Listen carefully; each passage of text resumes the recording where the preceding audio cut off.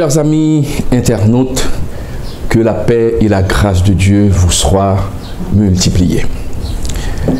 Mes chers amis, nous vivons ces derniers jours des moments extrêmement difficiles. Les portes de plusieurs églises sont fermées à travers le monde. Mais, comme vous le savez, l'évangile continue à faire sa course. On continue à prêcher la bonne nouvelle grâce à la technologie. Nombreux sont les chrétiens qui commencent à douter, ceux qui ont la foi faible. Certains se demandent où sont passées les promesses de Dieu, les promesses que Dieu leur a faites dans leur vie. Les promesses, je dois vous le dire, sont toujours là. Et Dieu n'est point un homme pour mentir, ni fils de l'homme pour se repentir. Ce que sa bouche a proclamé, sa main l'accomplira.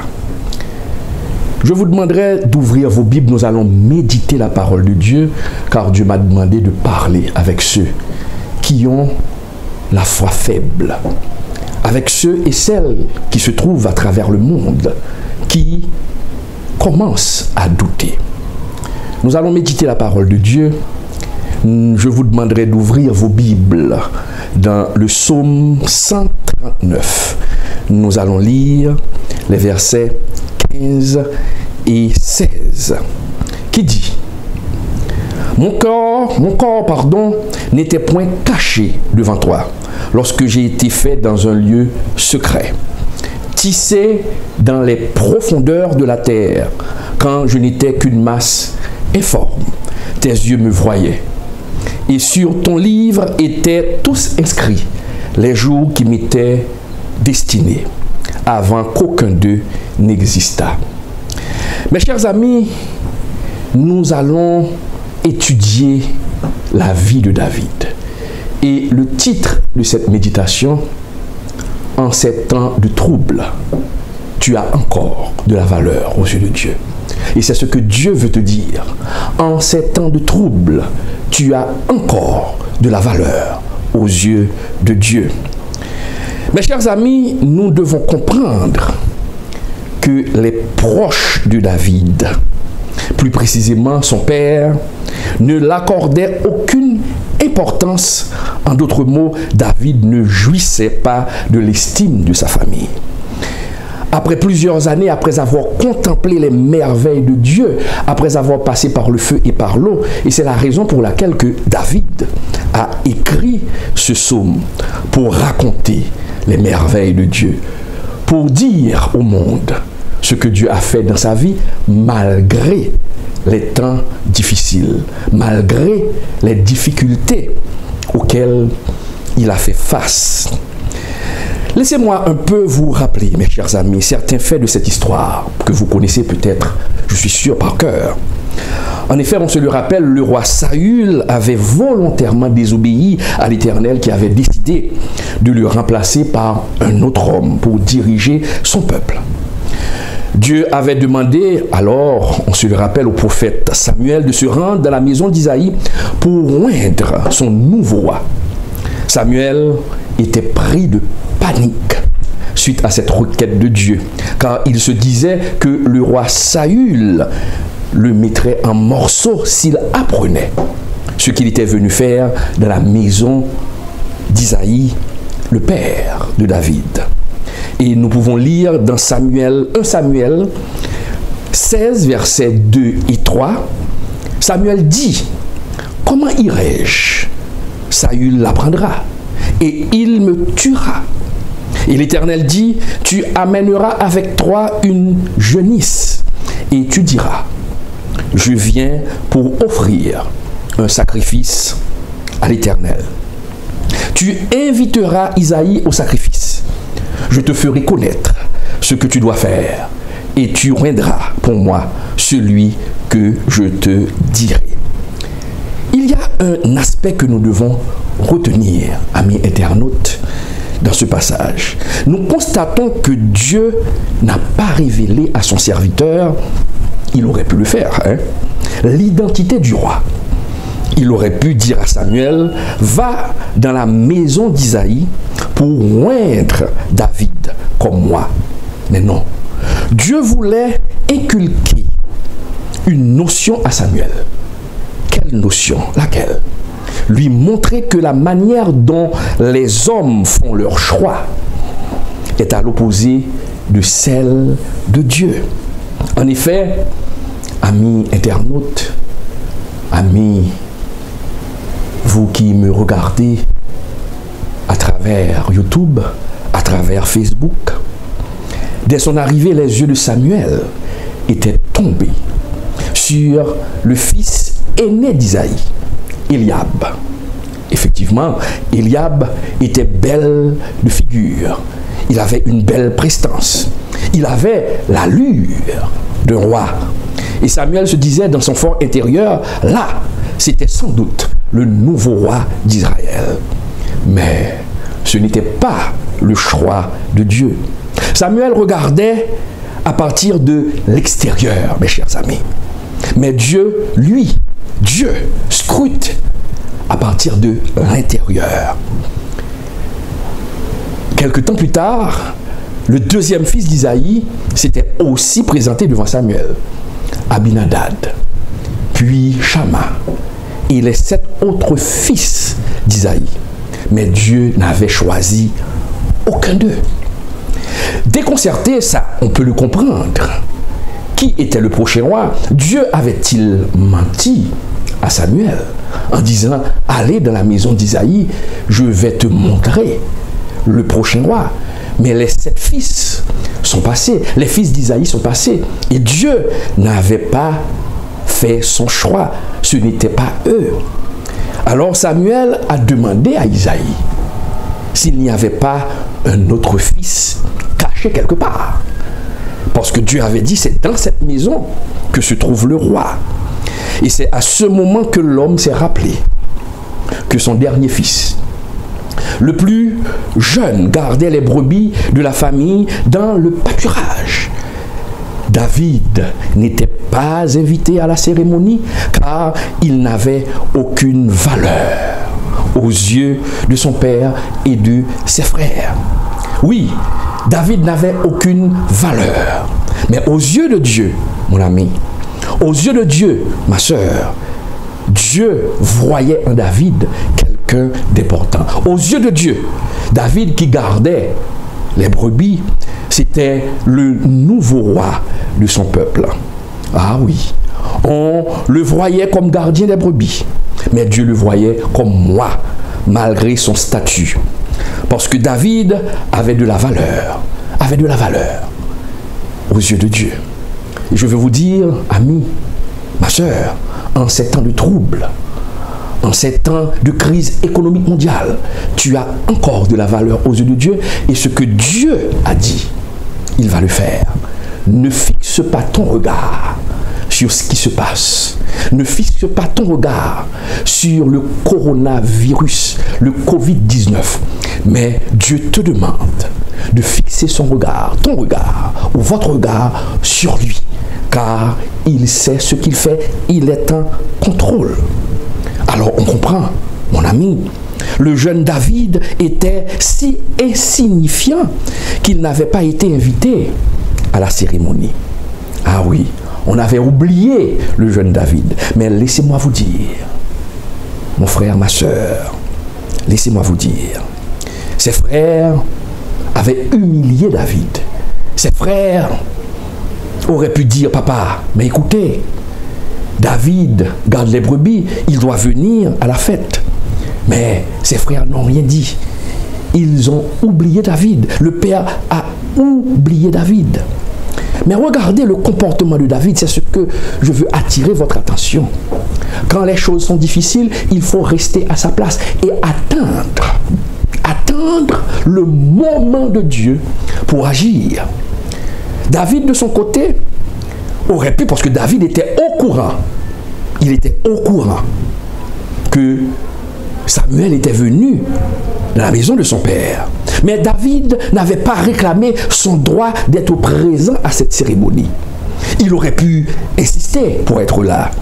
Mais il s'est souvenu de ses responsabilités en tant que gardien de brebis. Il est resté fidèle à son poste. Il n'a rien convoité. Il n'a rien exigé, car il savait que Dieu est celui qui est le rémunérateur de ceux qui le cherchent. Depuis son trône, amis internautes, Dieu admirait la disposition du cœur du jeune David, et c'est pourquoi Dieu avait dit: David est un homme selon mon cœur. En dépit de cette humiliation, il avait les mêmes droits que ses frères. Ah, mais David a gardé son intégrité.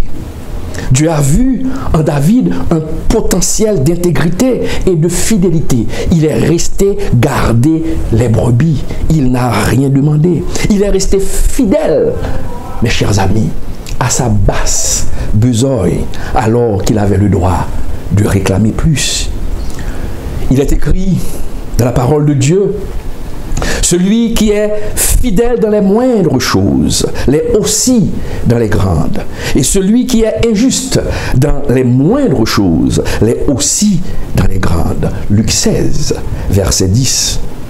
À cause de son cœur, ami internaute, à cause de sa fidélité, Dieu a donné l'ordre à Samuel de le oindre comme moi. J'imagine, mes chers amis, le questionnement des frères de David et la stupéfaction de son père. Oui, malgré les temps de trouble, tu as encore de la valeur. Et quand on a de la valeur aux yeux de Dieu, les hommes peuvent t'inscrire aux abonnés absents. Ils peuvent même vous jeter aux oubliettes. Mais quand on a de la valeur, quand on met sa pleine confiance dans le Seigneur, Dieu va vous prendre de l'arrière de la scène pour vous mettre au-devant aux yeux de ceux qui vous humilient. On avait oublié David. On avait jeté David. Mais Dieu s'est souvenu de David à cause de son intégrité. Je veux te dire, en ces moments de trouble, garde ton intégrité. Peut-être, et je suis sûr que tu es confiné, tu es chez toi, tu ne peux pas sortir. Mais par la grâce de Dieu, tu peux trouver quelque chose à mettre sous la dent. Remercie le Seigneur. Mais ne t'inquiète pas, ce que Dieu t'a promis, il va le faire. C'est dans les moments les plus difficiles que Dieu agit. C'est dans les moments où il est écrit « impossible ». C'est à ce moment Dieu montre qu'il est le Dieu de la possibilité, qu'il est le Dieu qui peut frayer un chemin là où il n'y a pas de chemin. Mais écoutez bien ceci, mes chers amis, nous continuons notre histoire, l'histoire de David, parce que nous pouvons tirer beaucoup de leçons dans la vie de David.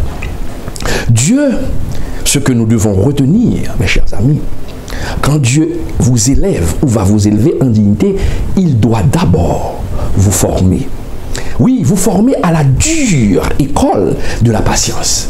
Des fois, nous ne voulons pas être patients. Or, la patience donne de très bons fruits. En effet, comprenez bien, après l'onction de David, David a fini de recevoir l'onction. Ce dernier, je veux parler de David, n'a pas été introduit rapidement au palais comme moi. Ah.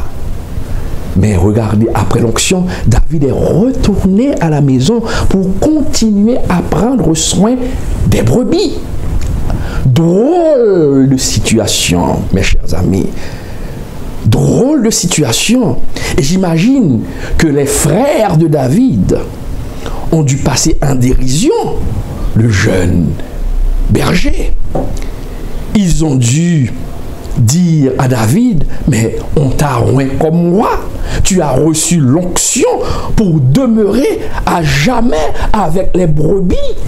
Ah, ils ont passé en dérision David, et j'imagine, parce que la Bible nous dit, les personnages bibliques, c'était des hommes comme nous. J'imagine, Seigneur, j'imagine, chers frères et sœurs, que David a dû être confus. Parce que comment recevoir l'onction royale et retourner garder les brebis? David n'était pas encore roi de manière concrète, mais l'onction qu'il avait reçue avait fait entrer quelque chose de précieux en lui. Quelque chose, après avoir reçu l'onction, quelque chose s'était produit dans la vie de ce jeune gardien de brebis. Lisons ensemble ce qui s'est passé, le miracle qui s'était manifesté en lui après avoir reçu l'onction. Il n'est pas rentré au palais, mais il est retourné, mais il a reçu quelque chose. Si nous lisons 1 Samuel 16, verset 13, il est clairement dit, Samuel prit la corne d'huile et l'oignit au milieu de ses frères. L'Esprit de l'Éternel saisit David. L'Esprit de l'Éternel saisit David à partir de ce jour et dans la suite. Et Samuel se leva et s'en alla à Rama. Donc, vous voyez, l'Esprit de l'Éternel saisit David. Vous comprenez, mon ami? Vous comprenez, ma sœur? Après que David ait été loin, la parole de Dieu nous dit que l'Esprit de Dieu le saisit. Et c'est la présence, qui veut dire l'Esprit de Dieu est entré en lui. Et c'est la présence du Saint-Esprit dans sa vie qui allait le mettre à vue partout où il passait. C'est le Saint-Esprit, mes chers amis, nous devons le comprendre, même qui allait faire la publicité pour David. Quand on a le Saint-Esprit, quand on est avec le Saint-Esprit et le Saint-Esprit est en nous, Dieu va faire de la publicité pour nous. Oui, je vous le dis et je vous le redis, mon ami, en ces temps de trouble, reste chez toi. Reste chez toi. Tu penses que tu devais sortir pour faciliter l'accomplissement de l'œuvre de Dieu dans ta vie. Mais non, reste chez toi, car le Saint-Esprit qui est en toi va faire de la publicité. Tu vas témoigner. Et laisse-moi te dire, parce que tu as de la valeur, même quand tu vois que le monde est sans dessus-dessous. Tu as encore de la valeur. Et Dieu va agir pour toi. Au beau milieu de cette crise, mon ami. Et laisse-moi te dire, quand on a de la valeur aux yeux de Dieu, c'est la bénédiction qui cherche notre adresse et non le contraire. Quand on a de la valeur aux yeux de Dieu, ceux et celles, mon ami, qui nous avaient oubliés, qui nous avaient jetés, le Saint-Esprit va les contraindre à penser à nous pour nous ouvrir des portes. C'est le Saint-Esprit qui va le faire. Et le Saint-Esprit l'a fait pour David. Regardez ce qu'il a fait. Et la Bible nous dit, Dieu ne change pas. Ce qu'il a fait pour David, il le fera pour nous. On comprend maintenant, lorsque le serviteur de Saül, on va voir la publicité qui va être faite. Pendant que David garde les brebis, il a reçu l'onction royale, mais le Saint-Esprit se déplace pour aller faire la promotion de David au palais. Le roi avait un problème, il avait un mauvais esprit, et il fallait qu'il trouve un musicien pour chanter pour lui, pour chasser le démon qui le tourmentait. Mais regardez, le serviteur du roi Saül a dit à Saül, envoie donc chercher David pour jouer de la musique. Il pourra, c'est un très bon musicien. Il va jouer et il va chasser le démon pour toi. Mais pourquoi le serviteur de Saül a parlé de David? Est-ce qu'il manquait ou encore est-ce qu'il n'existait pas de musiciens au palais royal? Je suis sûr qu'il y avait beaucoup de musiciens. Il y avait beaucoup de musiciens dans le royaume de Saül. Mais, je te le redis, mon ami, David avait la faveur de Dieu qui lui ouvrait les portes du palais pour accomplir sa promesse. Oui, Il avait la faveur. Cherche la faveur de Dieu. Ne cherche pas la faveur des hommes. On comprend que David était resté dans le pâturage. Et pendant qu'il était dans le pâturage, Dieu faisait sa promotion au palais royal. Reste là où tu es. Reste chez toi. Dieu est en train de faire ta publicité. Dieu est en train de faire ta promotion. Sois-en sûr, mon frère. Sois-en sûr, ma soeur, que ce qu'il t'a dit, il va l'accomplir. Ah, David a reçu l'onction. Et le Saint-Esprit s'est emparé de lui. Et le Saint-Esprit est allé faire la promotion de David. Ah, on a appelé David. On voyait en David le musicien. Quand David est entré au palais, on le voyait comme un musicien. Mais Dieu voyait le futur roi de son peuple. Mais Dieu s'est servi. Comprenez bien, Dieu s'est servi du don de musique parce que David était un chanteur. Il savait chanter, il savait composer de la musique. Mais Dieu s'est servi de son don pour le faire entrer à la cour du roi. Qu'est-ce que tu dois apprendre à partir de ce que je viens de dire, mes chers amis en Christ, chers amis internautes? Le don que Dieu te donne, tu dois le travailler. Car c'est avec ce don que Dieu va t'élever. David jouait de la musique. C'était un très grand chanteur. Dieu s'est servi de son don. David a cultivé son don. David a travaillé son don. Eh bien, Dieu te demande le don que tu as. Quel don tu as? Tu sais chanter? Travaille ce don. Tu sais prêcher? Travaille ce don. Tu es en confinement? Tu es chez toi? Eh bien, pendant que tu es en confinement, verse-toi dans la parole de Dieu. Chante. Travaille. Parce que ce temps passera. Et Dieu va accomplir des merveilles. Tu vas témoigner la grandeur de Dieu. Après cette épidémie, cette pandémie qui fait rage, tu vas témoigner. Mets ta confiance en Dieu, mon ami. David a été introduit dans le palais. Pourquoi il a été introduit dans le palais? Ce n'était pas pour jouer de la musique. Ah oui, parce que David, c'était un berger. David ne savait pas comment parlait un roi, comment un roi marchait. Donc, Dieu a introduit David, son serviteur, au palais, non pas pour jouer de la musique, mais pour apprendre le protocole. Ah. Pour apprendre comment un roi doit parler.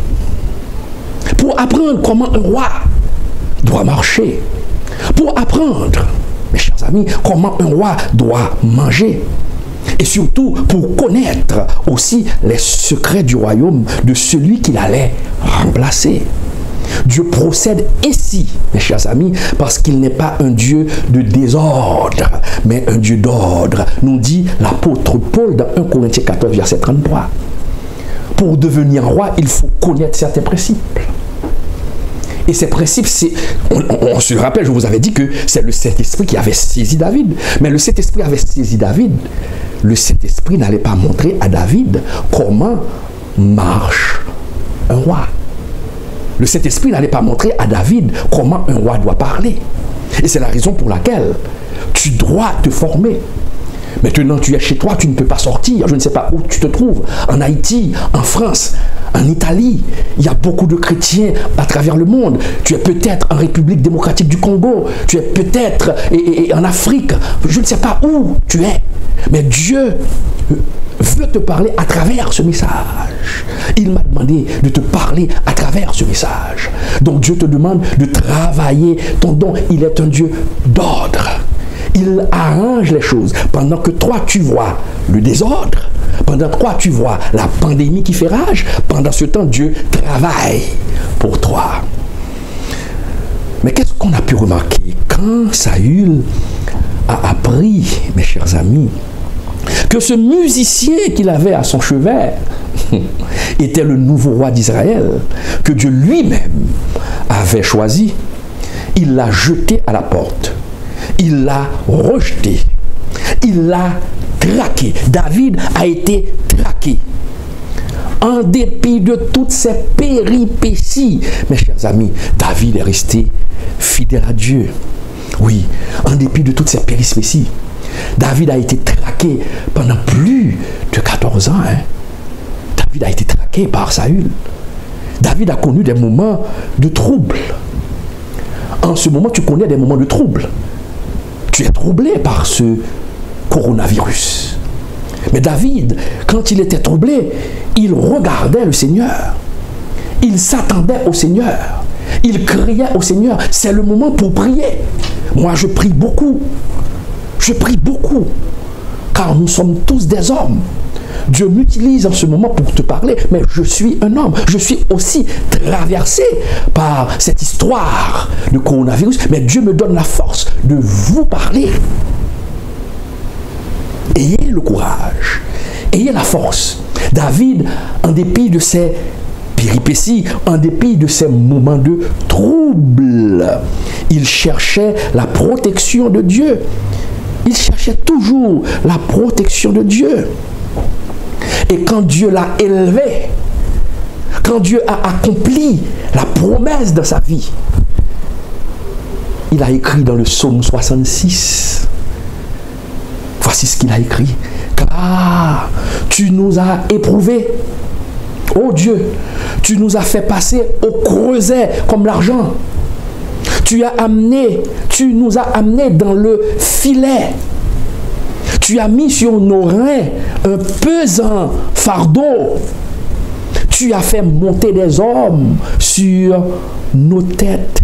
Nous avons passé par le feu et par l'eau, mais tu nous as tirés pour nous donner l'abondance. Nous avons passé par le feu et par l'eau.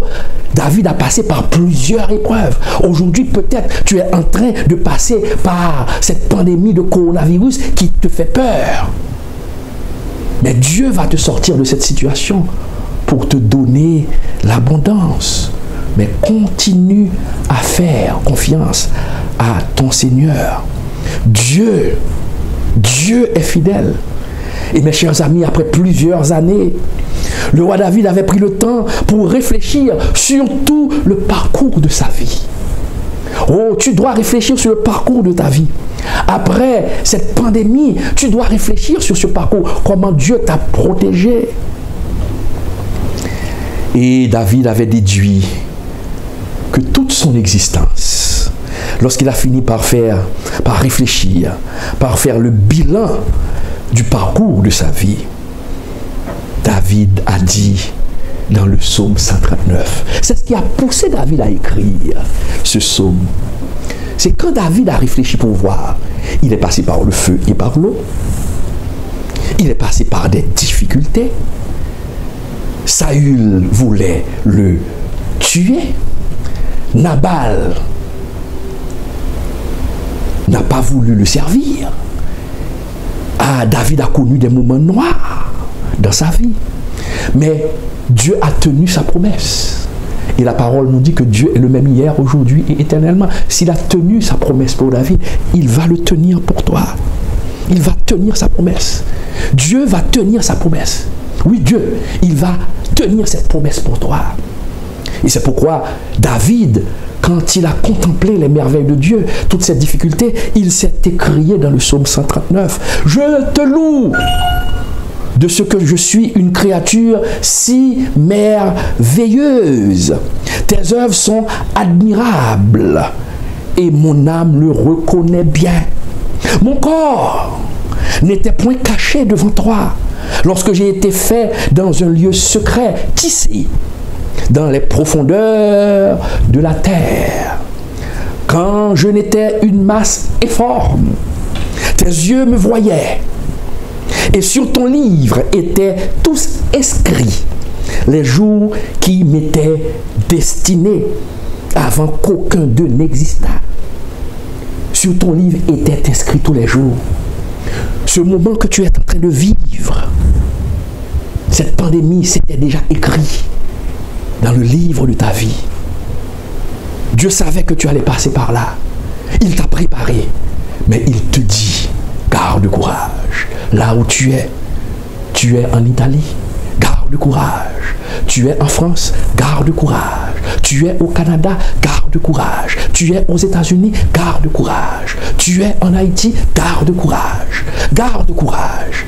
Dieu va faire quelque chose. Dieu va agir. Oh, les athées disent, mais où est Dieu? Ah! Mais nous savons, parce que nous avons expérimenté la puissance de Dieu dans nos vies.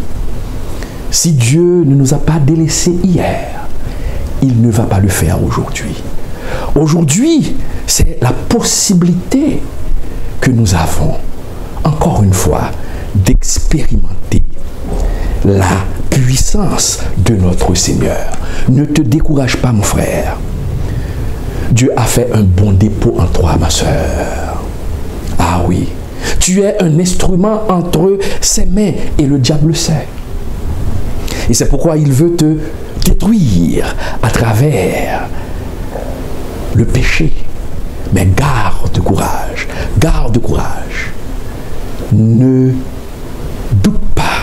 Quand Dieu fait une promesse, il respecte ce qu'il a dit.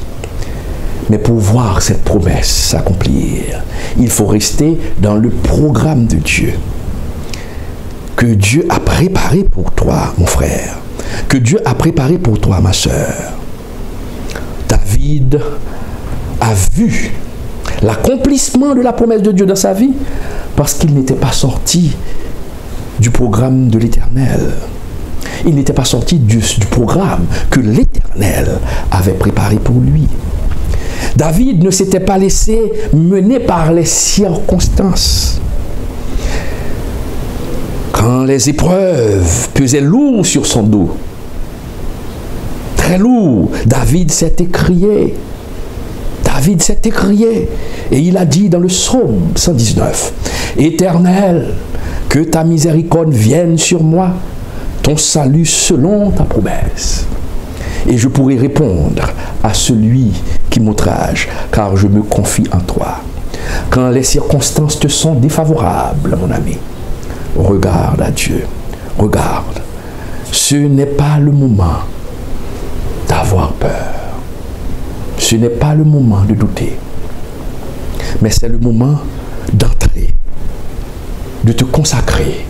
Tu as plus de temps pour prier. Demande à Dieu de la couverture, de te couvrir, de couvrir ta famille, là où tu es, de couvrir tes proches. Tu as des familles à l'étranger, où te trouves-tu? Tu es en Haïti, mais tu as des familles. Tu as de la famille aux États-Unis. Tu as de la famille en France. Tu as de la famille en Italie. Prie pour eux. Et prie pour tous les autres. Nous sommes eux. Et le coronavirus nous montre aujourd'hui que l'humanité doit se souder. Il n'y a plus de frontières. Des fois, quand un pays connaît des difficultés, des troubles, il est facile de prendre son passeport et dire, bon, puisque ici ça ne va pas, donc je vais à tel endroit. Mais aujourd'hui, on ne peut pas le dire. Les grands ont fermé les frontières de leur pays. Aujourd'hui, tu restes là où tu es. La frontière, ou encore les frontières des pays sont fermées, mais la frontière du royaume des cieux est toujours là. C'est le moment de prêcher la parole de Dieu. C'est le moment de prêcher la bonne nouvelle. Oui, comme je le fais, les portes des églises sont fermées, mais la parole est toujours là. Je suis en train de prêcher. Je ne suis pas en train de prêcher devant une assemblée, mais je suis en train de prêcher devant toute une nation. Parce que peut-être que vous êtes dans un pays, en France, en Italie, en Russie, il y a des gens partout. La francophonie est partout. Mais tu m'écoutes, là j'ai une assemblée devant moi. Donc on ne me demande pas, on n'exige pas la fermeture de l'évangile. Ce sont les temps pour éviter les rassemblements. Bien que certaines décisions, je vois que certaines décisions des autorités sont des décisions injustes. Parce que là, dans certains pays, surtout dans mon pays, on ferme les portes des églises. Mais les institutions d'État sont bourrées de personnes. Ah, les institutions de l'État sont remplies de personnes. On met dans les portes, devant les portes de certaines églises, des policiers pour empêcher les gens d'entrer. Mais par contre, dans certains restaurants, il y a beaucoup de gens. Politique de proie et de mesure. Mais L'ennemi travaille, mais nous travaillons aussi. Nous prêchons l'évangile. Et c'est ce que nous sommes en train de faire. Prends l'exemple. Profite de cette situation, de ce moment, pour prêcher l'évangile. Car tu as de la valeur. Et ce que Dieu a dit, il va le faire pour toi. Ne crains rien, mon ami. Ne crains rien. Dieu t'ordonne de reprendre courage. Dieu t'ordonne il t'ordonne de reprendre courage, de garder la foi. Il accomplira ce qu'il a dit dans ta vie. Et il te donne cette parole. Dieu te dit, ne crains rien, car je suis avec toi. Ne promène pas des regards inquiets, car je suis ton Dieu. Je te fortifie. Je viens à ton secours. Je te soutiens de ma droite triomphante. Mon ami, en dépit des épreuves amères auxquelles tu fais face, tu ne peux pas déclarer que Dieu t'a abandonné. Oui, je sais. Tu ne peux pas combler tous tes désirs. Aujourd'hui, tu es confiné, tu es caché, tu es à la maison, tu ne peux rien faire. Mais laisse-moi te dire, Dieu travaille pour toi. David était confiné, était resté dans le pâturage à garder ses brebis. Il ne pouvait monter ni en haut ni en bas. Mais pendant ce temps, Dieu travaillait pour lui. Dieu va agir pour toi. Ne laisse pas la panique t'envahir. Je sais, c'est difficile. Je sais. Mais dans une prière sincère, nous pouvons demander à Dieu de nous donner la force, de nous donner le courage, de nous donner la capacité de vaincre la peur. Il connaît nos faiblesses. Il connaît. Dieu va agir pour toi. Dieu va agir pour toi. Je te le dis. En ces temps de trouble, tu as encore de la valeur. Pendant que tu te caches pour laisser passer la tempête, Dieu travaille. Tu vas recevoir une nouvelle promotion. Dieu va agir. Cela ne veut pas dire, mes chers amis, que le monde va s'améliorer. Ça, il faut enlever cette idée de la tête. Car nous faisons face aujourd'hui à la pandémie coronavirus Covid-19. Dieu nous a dit, c'est le commencement des douleurs. Nous allons connaître des répits, mais cela va revenir sur d'autres formes. Nous devons nous préparer pour prêcher l'évangile. La paix sera instaurée sur la terre quand le prince de paix va revenir. La paix que donne l'homme n'est pas une paix complète. Et c'est pourquoi Jésus nous a dit, je te donne ma paix, non pas comme le monde donne la paix. Parce qu'au beau milieu de ce trouble, nous sommes en paix. Soyons en paix. Il ne faut pas confondre la foi et la folie. Il ne faut pas confondre la foi et la présomption. Nous devons écouter les professionnels de la santé qui nous dictent ce que nous devons faire pour ne pas contracter le virus. Nous ne devons pas être des gens rebelles. Nous devons faire ce qu'on nous demande de faire. Ce que nous pouvons faire, nous le ferons. Dieu ne va pas le faire pour nous. Dieu ne va pas descendre de son ciel pour venir vous laver les mains. Dieu ne va pas descendre de son ciel pour vous dire de ne pas embrasser quelqu'un. Mais ce que nous devons faire, nous allons le faire. Et ce qui nous échappe, Dieu va faire le nécessaire. Dieu va intervenir. Il ne faut pas tenter Dieu, mon ami. Quand on a de la valeur, on ne tente pas Dieu, mais on laisse Dieu agir. Garde la foi, ayez la foi. Je suis un homme de foi, mais je me lave les mains. Je suis un homme de foi, mais je reste chez moi. Je suis obligé de sortir des fois pour venir faire à l'église cette vidéo. Mais rapidement, je rentre. Parce que nous avons une responsabilité. Mais le fait de me laver les mains ne fait pas de moi un incrédule. Le fait d'avoir un cache-nez ou bien ne fait pas de moi un incrédule. Dieu va nous protéger quand on ne sait pas. Si on a mis un poison dans un verre de jus et que tu ne le savais pas et que tu vas boire ce jus, Dieu peut te protéger parce que tu ne le savais pas. Et tu peux même boire le jus. Et puis tu vas boire, le poison n'aura aucun effet sur tes organes internes. Parce que tu ne le savais pas, Dieu te protège. Celui qui demeure sur l'abri du Très-Haut repose à l'ombre du Tout-Puissant.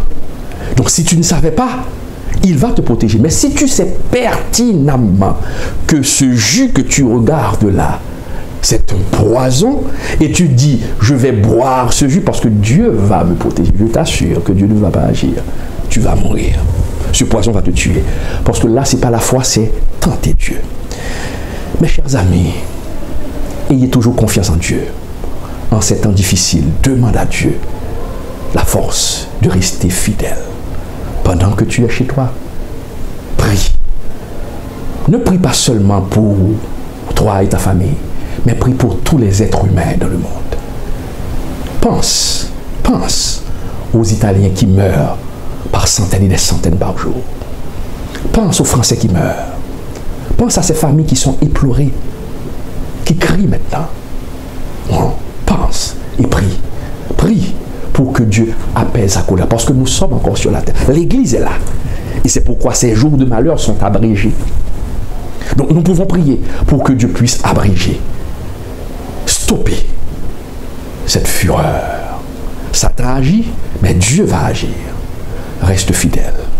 Oui, en ces temps de trouble, garde l'espoir. Dieu travaille pour toi, mon ami.